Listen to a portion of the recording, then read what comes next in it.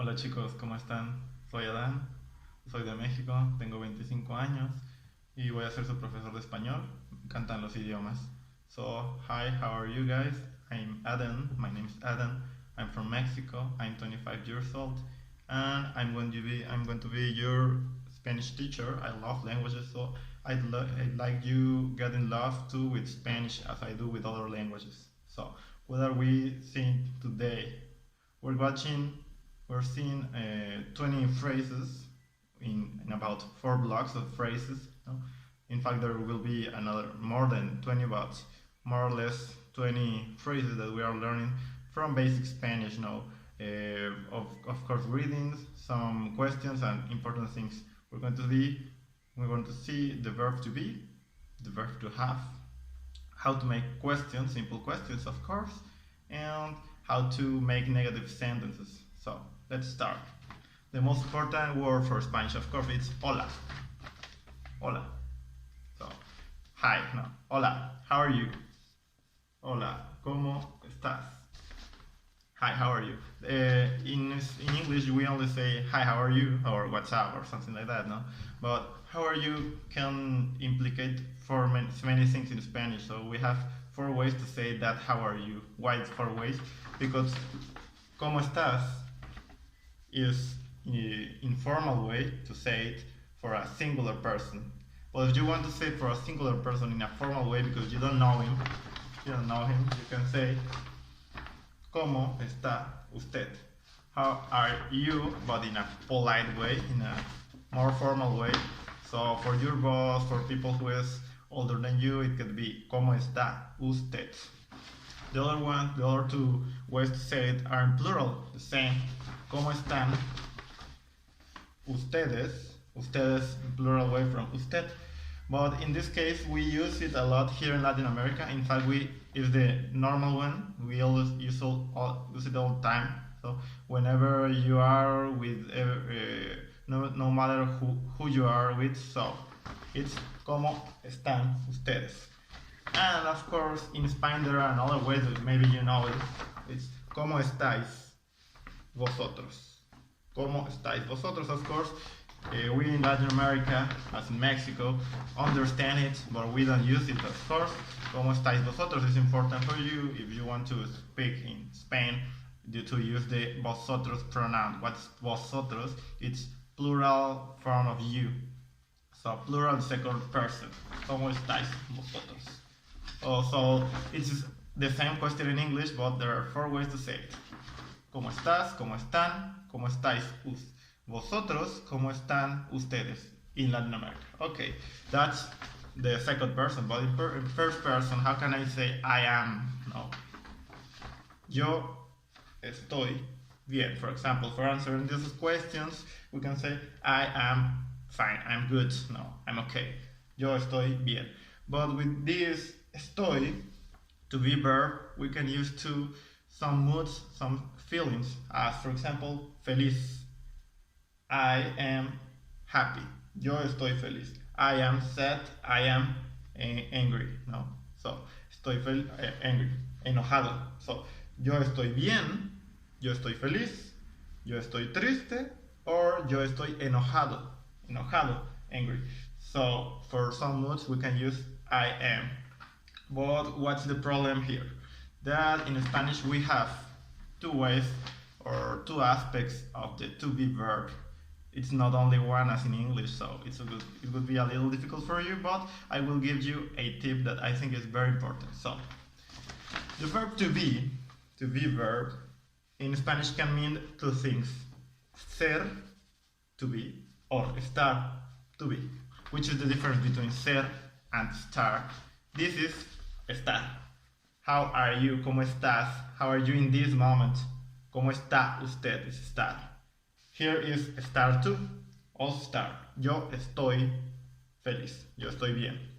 But here we have yo soy. That's the other way of the verb, the other kind of to be verb. It's soy, ser.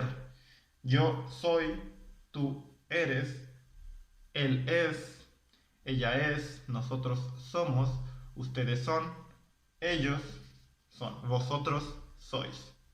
Here is como está, yo estoy, tú estás, él está, nosotros estamos, vosotros estáis, ellos están. Okay, which is the difference between those? I think one of the most important differences is that ser is for things that are not changing, no? More of the time, most of the times. For example, I am Adam. My name is Adam. Yo soy Adam. Mi nombre es Adam. I will be always Adam.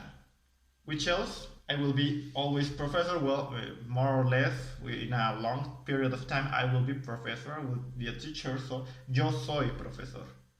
No, it's not yo estoy profesor or yo soy bien. That sounds terrible in Spanish. So, yo soy Adán. Yo soy profesor for professions. So, for names. And of course for nationalities. Mexican. I am Mexican. Yo soy mexicano. I hope it's okay. Okay, we continue with the second person. Tú eres inglés, for example, your nationality. I see, no? Tú eres inglés. Ustedes son ingleses. I put this in parentheses because it's the plural form. Inglés, ingleses. You are ingleses. Ustedes son ingleses. Or in a Spanish way, we would say vosotros sois ingleses. Sois. Here. Vosotros sois en vez de instead of estáis. Okay, sois. So the final example here is ellos son ingenieros. Ellos son ingenieros. They are engineers. In plural way. Of course, in Spanish it's easy to pluralize because we only add an S or an ES. Easy. So that's the to be verb. I hope it's okay. We continue with the second most important verb. I think in all languages it's to have, or maybe one of the most important. Maybe not the second one, but one of the most important. I have. So in Spanish, of course, we only have one. To have verb, it's tener. Tener. So I have 25 years. Yeah, that sounds strange, that sounds weird, but in Spanish we make that. We don't say I am, yo soy. We say a possession. Tener is about a possession, so I have 25 years. Yo tengo 25 años. It's like all those years that are before me, I have it, I possess them. So I am 25 years old. Yo tengo 25 años. Tú tienes 18 años. You are 28 years old. So, okay. Yo tengo hambre. Yo tengo sed. What's that? I am hungry. I am. Another one.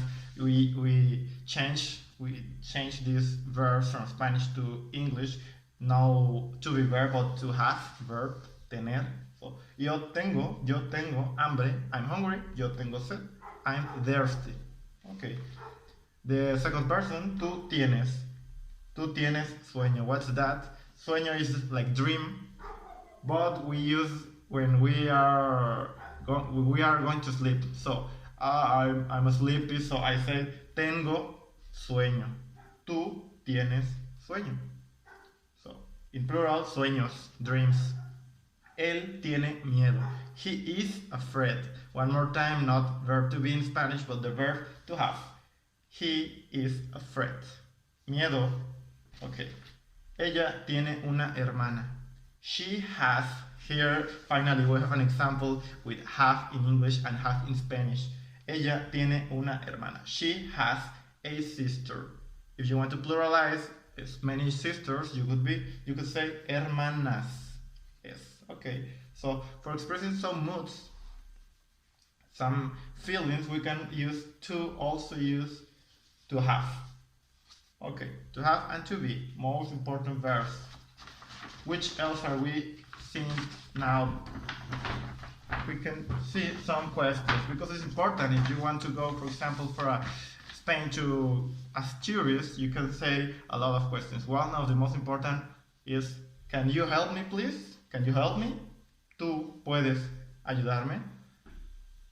So, you are lost and you want to discover, you want to search for one thing, you want to know where are you, so you say, Can you help me please? ¿Puedes ayudarme? Notice how in English we use the same order as in Spanish, more or less.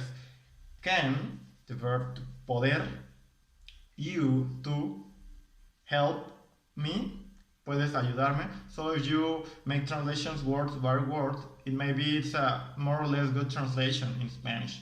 So one thing that's important to know is that we don't use a lot the pronouns.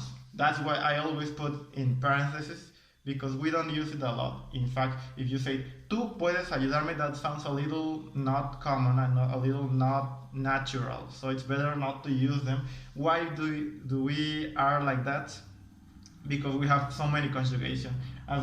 If we see puedes, it cannot be another person that it's not tú. So, tú puedes, it cannot be ellos puedes. No, that's not. So, the second question, disculpe, one important word, sorry. Disculpe, where is the street? And you question for the street. Where is the street? Mac Lane, I don't know. Where's the street? ¿Dónde está la calle? Disculpe, sorry.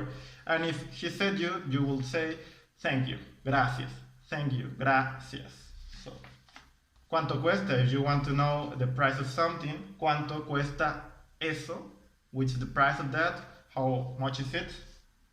What's your name? ¿Cómo te llamas in an informal way? Or, ¿cómo se llama usted? Usted.